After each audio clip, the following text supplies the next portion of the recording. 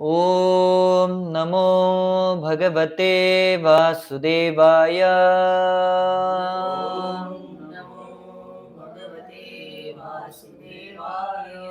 Hare Krishna, reading from Srimad Bhagavatam, Canto number 1, chapter number 4, entitled as The Appearance of Sri Narad, and the text number 27. नाति प्रसीदधृदय सरस्वत्यास्तटे शुचौ वितर्कयन् विविक्तस्थ इदं चोवाच Dharmveer. Translation and purport by His Divine Grace A.C. Bhaktivedanta Swami Maharaj Srila Prabhupada ki Jai. Translation. Thus the sage, being dissatisfied at heart, at once began to reflect, because he knew the essence of religion, and he said within himself. Purport. The sage began to search out the cause of not being satisfied at heart. Perfection is never attained until one is satisfied at heart. The satisfaction of heart has to be searched out beyond matter. हरे कृष्ण. तो अब सभी भक्तों का बहुत स्वागत है आज के हमारे श्रीमद् भागवतम कक्षा में, इस्कॉन गोरेगांव वेस्ट में. तो आज व्यासदेव जी जो इतने सारे पुराण और उनके ऊपर कमेंट्री उपनिषद के स्वरूप में लिखने के बाद भी अपने हृदय से वो समाधानी सेटिस्फाइड नहीं थे, तो सरस्वती नदी के तट के ऊपर वो बैठ के अपने ऊपर कंटेम्पलेशन कर रहे थे कि इतना कार्य करने के बावजूद भी मैं अपने हृदय में समाधान जो है या संतुष्टि को प्राप्त क्यों नहीं कर पा रहा. Why I am not that much satisfied even though I did so many things for the worldly people. So हमने ऑलरेडी देखा हुआ है कि इस कलयुग के लोगों के प्रति करुणावश श्रील व्यासदेव जी ने इतने सारे ग्रंथ लिखे. एक भगवान के भक्त का सबसे महत्वपूर्ण गुण रहता है कि भगवान के भक्त हमेशा पर दुख दुखी रहते हैं. अगर दूसरे व्यक्ति के या जीवात्माओं का कुछ को दुख दिखता है तो वो स्वयं भी दुखी हो जाते हैं. तो व्यासदेव जी कलयुग के इतने सारे जीवात्माओं का जो दुख है, जो तीनों तापत्रयों से वो तकलीफ में थे, तो उसको देख के वो खुद दुखी हुए और अपने करुणावश श्री शुकदेव गोस्वामी के बारे में श्लोक आता है ना, संसारया करुणयः पुराण गुह्यम, संसारिणाम करुणयः पुराण गुह्यम. कि व्यासदेव शुकदेव गोस्वामी ने श्रीमद् भागवतम क्यों बोला? संसारिणाम करुणया, संसार में रहने वाले लोगों के प्रति करुणावश, उनको कृपा दिखाने के वश शुकदेव गोस्वामी ने श्रीमद् भागवतम की रचना की. तो वही सेम प्रिंसिपल, वही सेम तत्व जो है वो व्यासदेव जी के लिए भी एप्लीकेबल है. कि व्यासदेव जी के लिए उन्होंने जब भक्तों के प्रति, ये कलयुग के जीवात्माओं के प्रति जो तकलीफें देखे तो उनसे रहा नहीं गया, तो उन्होंने एक वेद को 4 वेद में डिवाइड किया. फिर उनके ऊपर भी कमेंट्री देते हुए बाकी सारे ग्रंथ उन्होंने लिखे. और विशेषतः जिन व्यक्तियों को ज्यादा तत्वज्ञान समझ में नहीं आता है, ऐसे व्यक्तियों के लिए महाभारत की भी रचना की और उसमें उन्होंने श्रीमद् भगवद गीता हमें दी. तो ये केवल एक ही तत्व और एक ही गुण की वजह से, एक ही क्वालिटी की वजह से है, वो है करुणा, कृपा, mercy, compassion on the fallen condition souls. So जब हम व्यक्ति भक्ति जगत से इस आध्यात्मिक उन्नति के मार्ग पे आते हैं, तो it is our responsibility also to show that kind of a karuna, that kind of a compassion to other living entities. How we will show that? Prabhu, I am not a perfect right now a shuddha bhakta of the lord. I cannot be showing mercy like a Vyasadeva or other acharyas. How on my platform I will show that mercy to the other living entities? मैं बाकी अपने platform के ऊपर मेरा जो capacity है उस हिसाब से बाकी लोगों को कृपा कैसे दिखा सकता हूं. जिस तरीके से हमें किसी वैष्णव के कृपा की वजह से भक्ति मिली हुई है, भक्ति का मार्ग मिला है, हरिनाम मिला है, वैसे ही हमें जो प्रिय व्यक्तिगण है, चाहे वो परिवार वाले हो, रिश्तेदार हो, या फिर वो अपने दोस्त क्यों ना हो, उनको यही हरिनाम और भगवान की कृपा, भगवान की हरि कथा के बारे में बताना, और वो बता के हम उनके ऊपर क्या दिखा सकते हैं, कंपैशन और कृपा दिखा सकते हैं। जो चीज हमारे जीवन में आने के बाद हमें आनंद की प्राप्ति हुई है, वही सेम चीज हमें दूसरों के साथ बांटनी चाहिए। व्यासदेव की तरह हम ग्रंथ लिख नहीं सकते, उतना रियलाइजेशन साक्षात्कार हमारे अंदर नहीं है, परंतु हमारे आचार्यों ने लिखे हुए जो ग्रंथ है उनको हम लोगों में बांट के वो कृपा बाकी जो जीवात्माएं हैं उनको दे सकते। इसलिए पूरे दिसंबर के महीने में हम क्या करते हैं, Gita marathon, book distribution marathon जो है उसको सेलिब्रेट करते हैं कि गली नुक्कड़ चौराहा रास्ता स्टेशन हर एक गांव शहर गली नगर में जाके हम क्या करते हैं, प्रभुपाद के बुक्स का डिस्ट्रीब्यूशन करते हैं। They are not an ordinary books. Srila Prabhupada के फलेन परिचयते, वो जो आम का पेड़ आपने लगाया, लेकिन वो आम का पेड़ अच्छा है या बुरा है वो कैसे पता चलेगा हमें?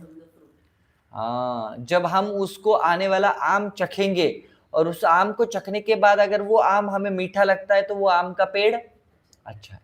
अगर उसका पेड़ में जो आम आने वाला है वो बहुत ही खट्टा है, वो कभी मीठा होता ही नहीं है, वो ग्रीन का ग्रीन ही रहता है, येलो कभी होता नहीं, तो इसका मतलब वो आम का पेड़ वैरायटी वो अच्छी बिल्कुल भी नहीं है, शायद से हमने आचार वाला आम लगा दिया है। बराबर है। तो वैसे ही श्रील प्रभुपाद के पुस्तक दिव्य स्तर पे क्यों है, कैसे है, श्रीमद् भगवत गीता श्रीमद् भागवतम दिव्य स्तर पे कैसे है, जिनको पढ़ने के बाद अगर हृदय के अंदर किसी का परिवर्तन हो जाता है तो वो फलेन परिचयते है। श्रील प्रभुपाद के पुस्तक पढ़ने के बाद हजारों करोड़ों भक्तों के जीवात्माओं के हृदय में परिवर्तन आया हुआ है, और वो हृदय परिवर्तन ही हमें दिखाता है कि ये पुस्तक दिव्य स्तर के ऊपर है। जो व्यक्ति हिप्पी थे वो हैप्पी बन गए, जो लोग चरस गांजा अफीम दारू के नशे में धुत रहते थे आज वो महाप्रसाद की गुलाब जाम के रस में धुत रहते। ये केवल श्रील प्रभुपाद के ग्रंथों का वितरण करने से और उनका पठन करने से हुआ। तो ऐसी बहुत सारी लीलाएं आती है श्रील प्रभुपाद के केवल ग्रंथ पढ़ने की वजह से लोगों के हृदय में परिवर्तन हुआ है।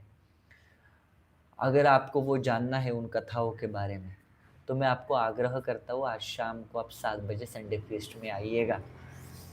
हम श्रील प्रभुपाद के ग्रंथों की वजह से कैसे अलग अलग जीवात्माओं के इस भौतिक जगत में दिल हृदय में उनके जीवन में परिवर्तन आया है उसके प्रैक्टिकल उदाहरण हम आज के सत्र में देखने वाले हैं।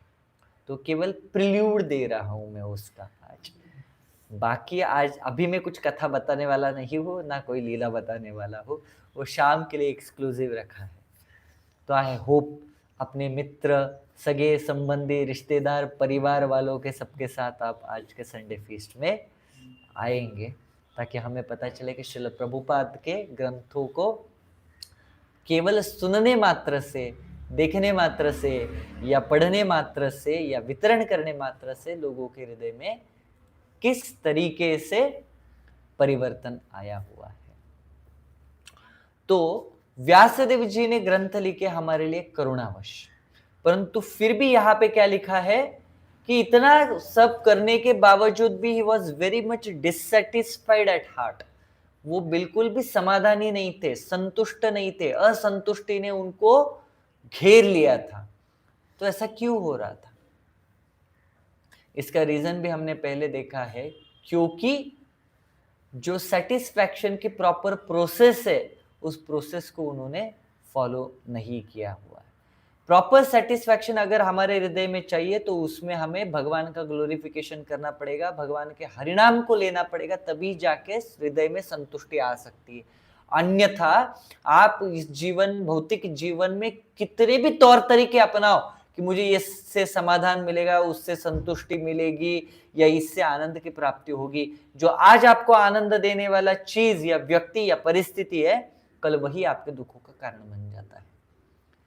तो भौतिक जगत बड़ा ही डिफिकल्ट है, whatever poison in the beginning becomes nectar in the end, and whatever nectar in the beginning becomes poison in the end. That is the harsh reality of this material world. तो करुणावश व्यासदेव जी ने बहुत सारे ग्रंथ लिखे, परंतु उसमें कर्म धर्म अर्थ काम मोक्ष के बारे में बताया। बहुत बार हमारे जीवन में हम आनंद की प्राप्ति, समाधान की प्राप्ति करना चाहते हैं, दूसरों का भला करने की कोशिश करते हैं और उसके लिए बहुत सारा फिलॉन्थ्रोपिकल एक्टिविटी करते हैं। कभी उसको अन्न वस्त्र निवारा दे देते हैं, भूखे को खाना खिलाया करो, नंगे को कपड़ा पहनाया करो, इस तरीके के बहुत सारे कार्य हम करते हैं। फिलॉन्थ्रोपिकल एक्टिविटी, समाज सेवा, लोग बोलते हैं मानव सेवा ही माधव सेवा है, ऐसे फिलॉन्थ्रोपिकल एक्टिविटी करते हैं। परंतु कितना फिलॉन्थ्रोपिकल एक्टिविटी करेंगे? आप कितने दिन तक भूखों को खाना खिलाया करेंगे? आपका भी लिमिटेशंस आएगा। आज आपने खिलाया, कल आपके पास पैसा रहेगा नहीं रहेगा खिलाने के लिए, और एक साथ आप कितने व्यक्तियों को खाना खिलाओगे? 10, 12, 15, 150, 200, 400, 1000, उससे ज्यादा आपका कैपेसिटी नहीं बनेगा। तो इस फिलॉन्थ्रोपिकल एक्टिविटी का भी इशू ये है कि इसको लिमिटेशंस होते हैं। समाज सेवा के भी क्या होते हैं? लिमिटेशंस आ जाते हैं। और हम जिस तरीके से चाहते हैं, हमें पता चलता है कि फिर भी सामने वाला सेटिस्फाई नहीं हो रहा, तो हमें फ्रस्ट्रेशन आना चालू हो जाता है। फिलॉन्थ्रोपिकल एक्टिविटी अगर हमारे तरीके से नहीं होती है, हमारे कैपेसिटी के हिसाब से नहीं होती, हम जिस तरीके की चाहत रख के उस समाज सेवा को करना चाहते हैं, अगर उस तरीके से वो नहीं हो रही है तो हमें फ्रस्ट्रेशन आता है। व्यासदेव की इच्छा, इंटेंशंस बहुत अच्छे थे। क्या? कलयुग की जीवात्माओं के मुझे हेल्प करनी है, उनको मुझे मदद करनी है, परंतु उन्होंने प्रक्रिया जो फॉलो की वो फुलफिलिंग वाली नहीं थी, तो इसलिए उनको असंतुष्टि प्राप्त हुई। वैसे ही हमारे जीवन में हमारे इंटेंशंस भले कितना अच्छे हो, वो इंटेंशंस के पीछे अगर फॉलो करने वाली प्रोसेस, प्रक्रिया अगर हम बहुत अच्छे से फॉलो नहीं करते, या फिर वो प्रक्रिया इटसेल्फ इज रॉन्ग और थोड़ी सी गलत है, या थोड़ी एब्सोल्यूट लेवल पे अगर वो है नहीं, तो वो प्रक्रिया ही हमारे फ्रस्ट्रेशन का और तकलीफों का कारण बन जाती है। इसीलिए व्यक्ति ने अगर सेटिस्फैक्शन और दूसरों का कुछ भला करना है, तो वो प्रक्रिया पहले जान लेनी चाहिए कि किस प्रक्रिया के वजह से मैं इस व्यक्ति का जीवन में भला कर सकता हूं। और बहुत बार ऐसा होता है कि मैं किसी का भला करने चाहता हूं और मैंने जो उसको रिसोर्सेस दिए हुए हैं, वही रिसोर्सेस का गलत इस्तेमाल करके वो खुद के जीवन में और दूसरों के जीवन में भी हैवॉक क्रिएट करता है। जैसे मुझे लगा, अरे देखो ये बेचारा व्यक्ति है, इसको खाने के लिए कुछ है नहीं करके, तो ये लो मैं आपने हिसाब से आपको 50 रुपए देता हूँ, और आपने उस व्यक्ति को 50 रुपए दे दिए, और वो व्यक्ति जाके 50 रुपए का देसी दारू के ठेके पे जाके दारू पी लिया और आके अपने पत्नी को, अपने बच्चे को मारना चालू कर दिया। उसका जिम्मेदार कौन है? डायरेक्ट हाथ उसके है, लेकिन वो हाथ में बल देने का कार्य किसने किया है? हमने किया हुआ है। तो उसके कॉन्सिक्वेंसेस भी हमें झेलने पड़ेंगे। इसलिए कर्म, विकर्म और अकर्म, ये तीनों भी हमें सोचने चाहिए कि कौन सा कर्म करना चाहिए। पुण्य कर्म करने जाते हैं हम, परंतु उस पुण्य कर्म के भी कॉन्सिक्वेंसेस हमें झेलने पड़ते हैं। परंतु जब भगवान के भक्ति में आके हम अकर्म करना चालू कर देते हैं, तो भगवान के भक्ति में किए हुए कर्मों का कोई भी कॉन्सिक्वेंस नहीं रहता है। भक्ति कर्म का कोई भी आपको परिणाम, गलत परिणाम भुगतना नहीं पड़ता है। तो जैसे बाहर भी व्यक्ति, बहुत सारे लोग हैं जो अपना पैसा इस्तेमाल करके, उपयोग करके, उसका सदुपयोग के हिसाब से बाहर के लोगों को खाना खिलाते हैं, और हम भी खाना खिलाते हैं फूड फॉर लाइफ के द्वारा। परंतु बाहर का व्यक्ति और हमारे खाने या खिलाने में क्या फर्क पड़ता है?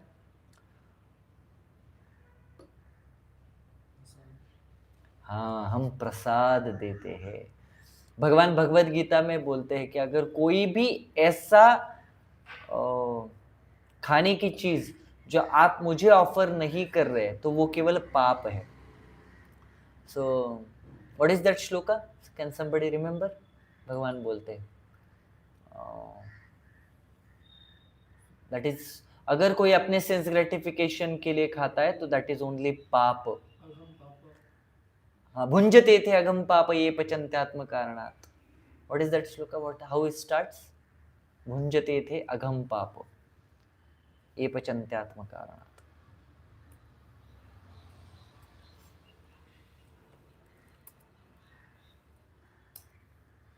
यज्ञ शिष्टाशिनः सन्तो मुश्चन्ते सर्वकिल्बिषै भुंजते थे अघम पाप ये पचन्त्यात्म कारणात्।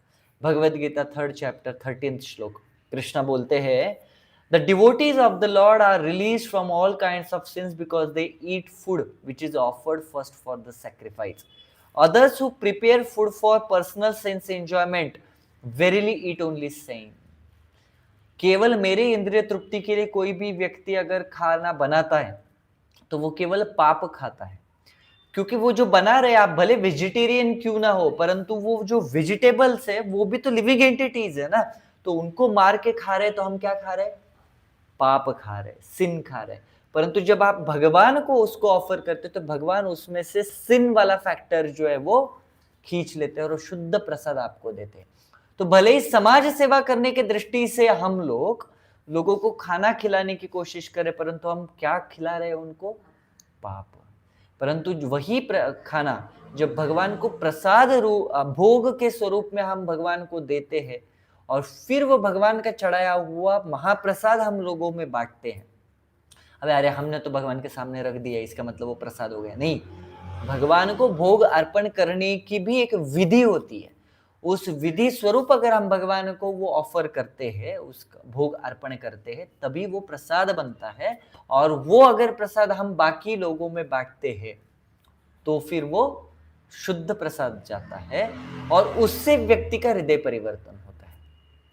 मैंने किसी व्यक्ति को खाना खिलाया, उसके ये आ गई, ताकत आ गई उसके शरीर में, और आके जाके ताकत में उसने क्या किया? मारपीट चालू कर दिया, घर वालों से भी मारपीट कर रहा है करके। तो उसका जिम्मेदार कौन होता है? हम, क्योंकि उसको खाना खिला के स्ट्रेंथ देने का काम हमने किया हुआ। परंतु वही प्रसाद जब वो खाता है, भले आज उसको स्ट्रेंथ मिलके उसने मारा है, परंतु वो प्रसाद जो है ना उसके हृदय परिवर्तन का काम करता है। धीरे धीरे धीरे जैसे वो प्रसाद का सेवन करते जाएगा, उसके हृदय के अंदर वो जो गुस्सा, anger, pride, greed, envy, illusion, ये जो काम, क्रोध, मद, मत्सर्य है, वो धीरे धीरे धीरे कम होते जाता है। और एक दिन आएगा जब वो अपने हृदय को शुद्ध करने की चाहत रखेगा वो व्यक्ति, और भगवान ने चाहा तो भगवान का भक्त भी बन जाएगा। ये फर्क पड़ता है जब हम कोई सेवा भगवान को सेंटर में रख के करने की कोशिश करते हैं। तो इसीलिए हमारे लिए मानव सेवा ही माधव सेवा नहीं, हमारे लिए माधव सेवा ही मानव सेवा है। ठीक है, माधव सेवा के द्वारा हम मानवों की सेवा करते हैं, ये भक्ति का प्रिंसिपल होता है। इसीलिए अगर हमारे इंटेंशंस भले क्यों ना अच्छे हो कि हम समाज का भला करना चाहते हैं, परंतु कौन से प्रक्रिया को फॉलो कर रहे हैं हम, वो समाज का भला करते समय वो बहुत महत्वपूर्ण है। व्यासदेव जी ने भला करना चाहा, परंतु प्रक्रिया में थोड़ी सी गड़बड़ी हो गई तो उनको अभी संतुष्टि नहीं मिली। तब जाके नारद मुनि आए, नारद मुनि ने उनको बताया कि आपने भगवान का ग्लोरिफिकेशन बहुत अच्छे से नहीं किया हुआ है, एक बार आप वो कर लीजिए, आपको संतुष्टि मिल जाएगी। So no matter what we do, satisfaction of the heart is search out beyond the matter. Srila Prabhupada तात्पर्य में क्या लिख रहे हैं कि satisfaction of heart is to be search beyond the matter. Material world में, भौतिक जगत में सबसे बड़ा प्रॉब्लम ये है कि हम संतुष्टि, समाधान और खुशी की खोज केवल मैटर में करते हैं, स्थूल रूपी जो पदार्थ है उनमें करते। ये व्यक्ति मुझे समाधान देगा, ये व्यक्ति मुझे संतुष्टि देगा, ये परिस्थिति देगा, ये चीज मुझे संतुष्टि देगी, सब भौतिक स्तर पे हम संतुष्टि खोजने की कोशिश करते हैं, परंतु ऐसे संतुष्टि कभी प्राप्त नहीं होगी। अगर किसी भी व्यक्ति को समाधान, संतुष्टि या आनंद प्राप्त करना है तो उसको भौतिक स्तर से ऊपर होके आध्यात्मिक स्तर पे वो व्यक्ति जब ढूंढने की कोशिश करता है, तभी उसे सच्ची में संतुष्टि, समाधान और आनंद की प्राप्ति हो सकती है। अन्यथा कितने भी जन्मों तक वो खोजने की कोशिश करे भौतिक स्तर पे, उसको समाधान प्राप्त नहीं होगा। फिर श्रील प्रभुपाद और एक वाक्य बहुत सुंदर लिखते हैं, perfection is never attend until one is satisfied at heart. अगर मैं कोई कार्य कर रहा हूं अपने जीवन में, परंतु वो कार्य करते समय मुझे संतुष्टि प्राप्त नहीं हो रही, तो जब तक वो संतुष्टि प्राप्त नहीं होगी उसमें मैं परफेक्शन में नहीं जाऊंगा। मुझे बोला है कि भगवान का ड्रेसिंग करो, परंतु मुझे उसमें आनंद नहीं मिल रहा है। मेरा आनंद है यार, मैं क्यों ड्रेसिंग करूं, मैं तो सुबह सोऊं बहुत अच्छे से। तो सोने में हम परफेक्शन प्राप्त कर लेंगे, क्योंकि उसको हमें आनंद मिलता है, ठीक है। परंतु भगवान का ड्रेसिंग अगर करते समय, अरे रख दो यार, एक क्राउन लगा दो, हाँ चलो धोती पहना दो, कैसे तो डाल दो भगवान के ऊपर माला करके, तो आप जिंदगी भर भी ऐसा ड्रेसिंग करते रहेंगे, वो ड्रेसिंग में आपको परफेक्शन नहीं आएगा, because you are not satisfied at heart while doing that service. परंतु जब वो व्यक्ति उस चीज को रिलीज करता है, वो सेवा को रिलीज करता है, धीरे धीरे धीरे उसको सेटिस्फैक्शन आता है। जब हम सच्चे दिल से उस सेवा को करने की कोशिश करते हैं, तब उसमें सेटिस्फैक्शन आता है। जब प्रक्रिया अच्छी होती है, प्रक्रिया को हम बहुत सिंसियरली फॉलो करते हैं, process when authenticate, process should be authenticate. When that authenticated process is followed with a sincere heart, then there is a satisfaction of heart, and when there is a satisfaction of heart, perfection naturally comes. तो जब कोई भी प्रक्रिया का पालन हम कर रहे हैं, वो ऑथोराइज प्रक्रिया है, उसको हम सिंसियर हृदय से अगर फॉलो करने की कोशिश करते हैं, तो हमें सेटिस्फैक्शन, संतुष्टि मिलती है। और जब संतुष्टि मिलती है, तो उस प्रक्रिया में, उस प्रोसेस में, उस सेवा में हमें परफेक्शन भी प्राप्त हो जाता है। तो देखिए, कितनी बार हम जाके देखेंगे तो कुछ कुछ मंदिरों में इतना परफेक्टली भगवान का ड्रेसिंग किया जाता है, हर एक पफ, हर एक फूल, हर एक फैन जो इतना परफेक्टली लगाया हुआ रहता है कि ऐसा लगता है इससे परफेक्ट ड्रेसिंग तो हो ही नहीं सकती है। इतना सुंदर ड्रेसिंग किया जाता है भगवान का, वो कलर्स, वो भगवान का ड्रेस, वो जिस तरीके से धोती भगवान की लहराई जाती है, जिस पद्धति से ओढ़नी लहराई जाती है, भगवान का गार्लैंड जिस तरीके से लगाया जाता है, ऑलमोस्ट परफेक्ट लगता है। श्रीमती राधा रानी का हर गार्लैंड के बाद हर एक जो ज्वेलरी है, वो परफेक्टली डेलिकेटेडली स्टाइल से रखा हुआ रहता है। उनकी दामिनी परफेक्ट शेप में लगी हुई रहती है। तो how this is happening? Because while doing that service, that devotee is relishing that service and is finding that satisfaction in that service. That's why that perfection is coming. तो similarly, when chanting of Hare Krishna महामंत्र हम अपने जीवन में करते हैं, तो उस समय अगर हम उस ऑथोराइज प्रोसेस को सिंसियर हृदय से फॉलो करना चालू करेंगे, तो सेटिस्फैक्शन मिलेगा। एंड एक बार उसमें सेटिस्फैक्शन आने की शुरुआत होगी, तो we cannot perfect in chanting of Hare Krishna Mahamantra, but we can be the better in our chanting. Chanting of Hare Krishna Mahamantra can be perfected only by Sri Chaitanya Mahaprabhu, nobody else. And some of the Acharyas like Srila Haridas Thakur. Okay, but the Shiromani is Sri Chaitanya Mahaprabhu. We are somewhere in between. We can be the better chanter, but we cannot be the best chanter. Okay, so that's why Srila Vyasadeva, although he wrote so many scriptures, he was dissatisfied at heart. उनको संतुष्टि नहीं मिली थी। अभी हमारे जीवन में बहुत बार ऐसा होता है कि हम भक्ति करते हैं, हम चैंटिंग करते हैं, बहुत सारी प्रोसेसेस फॉलो करने की कोशिश करते हैं, परंतु वो प्रोसेस फॉलो करते समय हमारा हार्ट उसमें रहता नहीं। इवन तो हम हार्ट पुट करेंगे, तो भी कहीं ना कहीं पे तो हमें वो सेटिस्फैक्शन नहीं मिलता है। उस समय सबसे इंपॉर्टेंट चीज हमारे जीवन में क्या है? कॉन्टेम्पलेशन। मेरी कहाँ पे गलती हो रही है, कहाँ पे मैं कम हो रहा हूँ, किस जगह पे मेरे से कमी हो रही है, क्या मैं कहीं पे अपराध कर रहा हूँ, या मैं ये जपा में अपना टाइम और एनर्जी क्यों नहीं दे पा रहा हूँ। सो दैट कंटम्पलेशन, चिंतन एंड मनन जो होता है ना, that is very important thing. Similarly यहाँ पे जब इतना सब कार्य मानवता के लिए इतना अच्छा कार्य करने के बाद भी व्यासदेव जी को जब संतुष्टि प्राप्त नहीं हो रही थी, व्यासदेव जी क्या किया, सरस्वती के तट के ऊपर बैठ के उन्होंने कंटेम्पलेशन चालू किया है, right. So see what is this said here, he once began to reflect. Reflect करना मतलब क्या, कंटेम्पलेशन करना, इंट्रोस्पेक्शन करना कि why this is happening to me, why I am getting up early in the morning. मैं सुबह उठ रहा हूं, फिर भी उसके बाद जपा करने की कोशिश करने के बाद भी जपा में मेरा 100% क्यों नहीं आ रहा है, मैं क्यों अपने आप को उसमें सर्वस्वी लगा पा रहा हूँ, क्यों मेरा मन अभी भी भटक रहा है, किस तरीके से मैं अपने मन को कंट्रोल करके वापस हरिनाम में उसको फोकस कर सकता हूँ। ये कॉन्टेम्पलेशन जब कोई व्यक्ति करता है ना, अगर हमारे अनर्थ और हमारे अंदर के विशेष करके जो शॉर्टकमिंग्स है उसको अगर हमारे जीवन में हमें कम करना है, तो उसके लिए इंट्रोस्पेक्शन बहुत इंपॉर्टेंट होता है। जनरली अनर्थों का स्वभाव कैसे रहता है, उसके लिए मैं एक उदाहरण देता हूँ हमेशा, थोड़ा सा ग्रोस उदाहरण है, बहुत बार आप लोगों ने सुना भी होगा।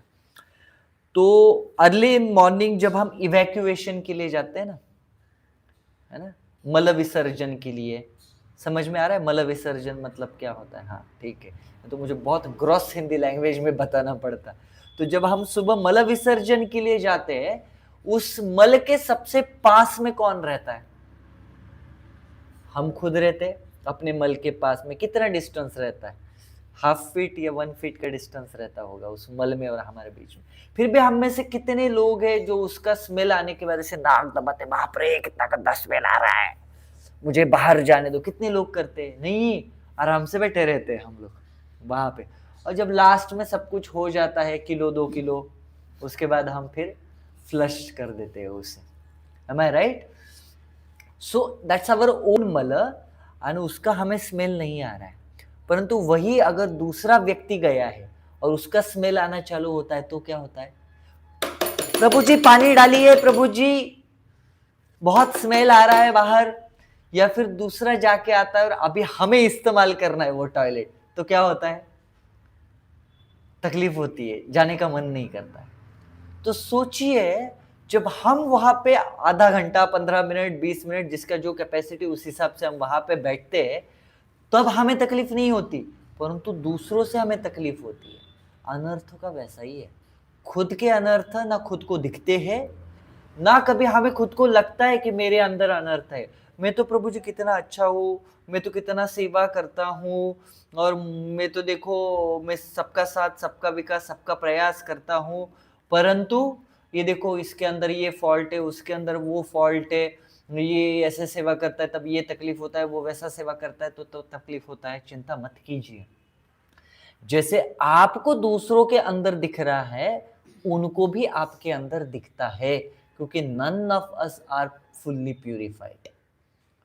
ठीक है, तो इसलिए दूसरों को उंगली दिखाने से पहले हमारे खुद के गिरेबान में हमें झांक के देखना चाहिए कि मेरे अंदर कितने अनर्थ है करके।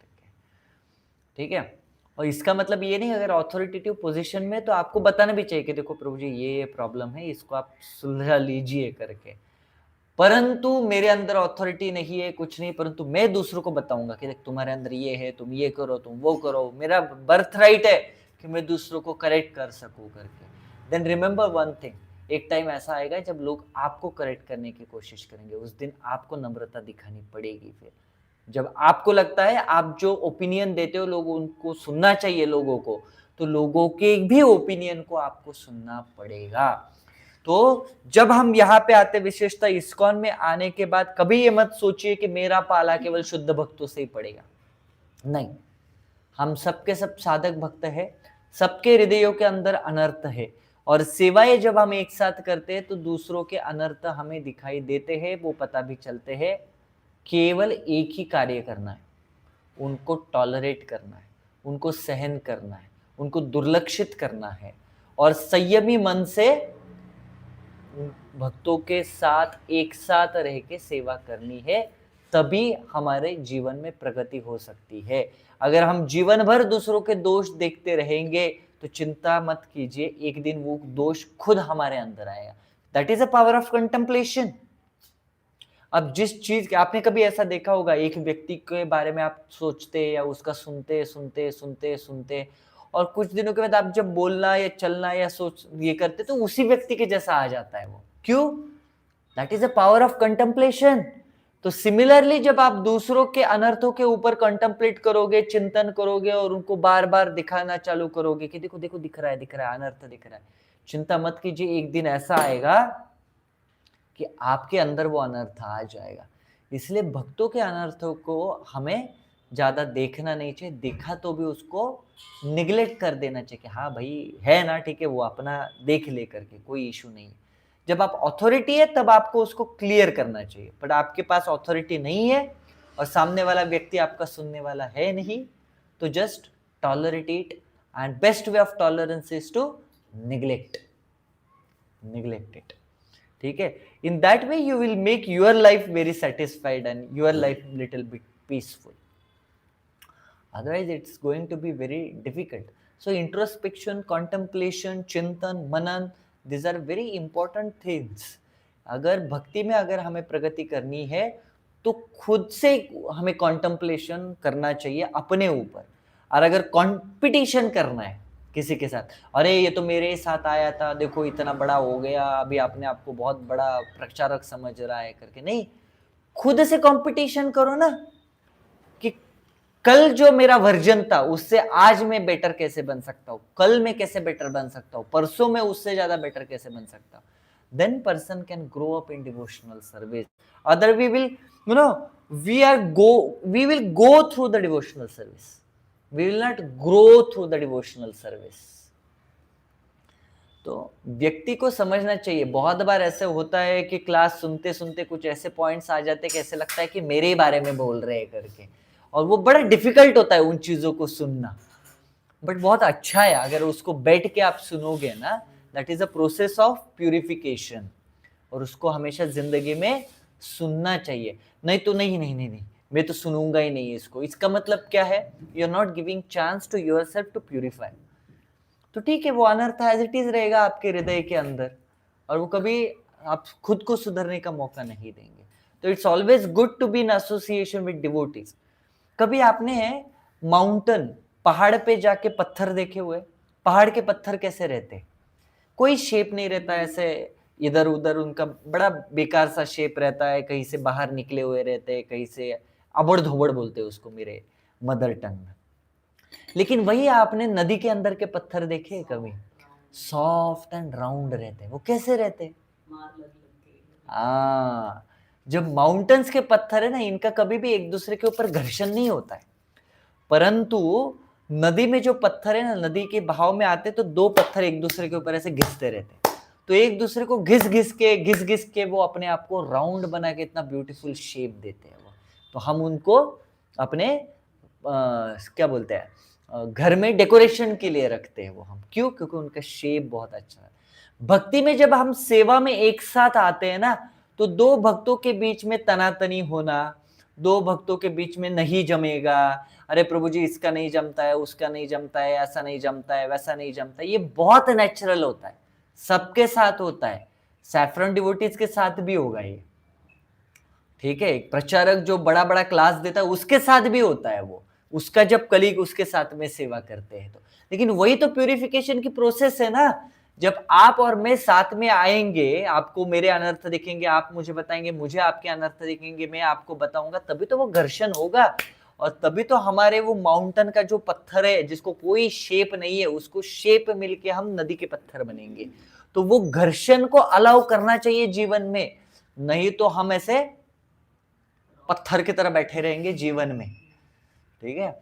पत्थर से भी डीटी बननी है तो उसको छन्नी और हथौड़े से जाना पड़ता है, लेकिन छन्नी हथौड़े से डर के मैं तो नहीं, मेरा अनर्थ कोई मत दिखाओ, मैं तो सबसे बेस्ट हूं करके मैं इसके साथ नहीं रहूंगा, उसके साथ नहीं रहूंगा, ऐसा सेवा नहीं करूंगा, वैसा सेवा नहीं करूंगा, ऐसे करते करते अगर हम अपने आप को छन्नी हथौड़े के लिए अलाउ नहीं करेंगे, कुछ प्रॉब्लम नहीं है, ऐसे ही पड़े रहोगे किसी कॉर्नर में पत्थर बने के। लेकिन जो अपने आप को अलाउड करेगा, वो ऑल्टर में डीटी स्वरूप में आके भगवान उसके अंदर विराजमान होंगे और उसकी वर्शिप होना चालू हो जाएगा। सो हमारे ऊपर डिपेंड करता है कि हम अपने आप को कितना प्यूरिफाई करने के लिए अलाउ करते हैं, तभी जाके ये अनर्थ हमारे हृदय से निकलेंगे। नहीं तो बहु जन्म यदि करी श्रवण कीर्तन तबे तो न पावे कृष्ण पदे प्रेमन। जिंदगी भर आपके हाथ में मान रहे कि हरे कृष्णा हरे कृष्णा हरे कृष्णा हरे कृष्णा करते रहेंगे, परंतु वो हरे कृष्णा ठीक से चल रहा है कि नहीं चल रहा है, इसके लिए वैष्णव संगम में आके अपने आप को प्यूरिफाई करने की कोशिश नहीं करोगे तो बड़ा डिफिकल्ट हो जाएगा। इसलिए वैष्णव संगम महत्वपूर्ण है, वैष्णव के साथ में आके सेवा करना महत्वपूर्ण है, चाहे कितना भी तकलीफ हो। वही तो प्यूरिफिकेटरी प्रोसेस है हमारे जीवन की। हरे कृष्णा। तो हमारे लिए प्रार्थना कीजिए कि हम साथ में आएंगे तो भी अच्छे से सेवा कर पाएंगे, ज्यादा एक दूसरे के अनर्थ नहीं देखेंगे, दिखे तो भी उनको दुर्लक्षित करके बिना झगड़ा करते हुए एक दूसरे के साथ बहुत प्रेम से सेवा करेंगे। यही हमारी भगवान के प्रति प्रार्थना। आप भी उनको करेक्ट करेंगे अगर उनकी तरफ सोचूंगा। हरे कृष्ण। ग्रंथराज श्रीमद् भागवतम की, श्रील प्रभुपाद की, निताय गौर प्रेमानंदे।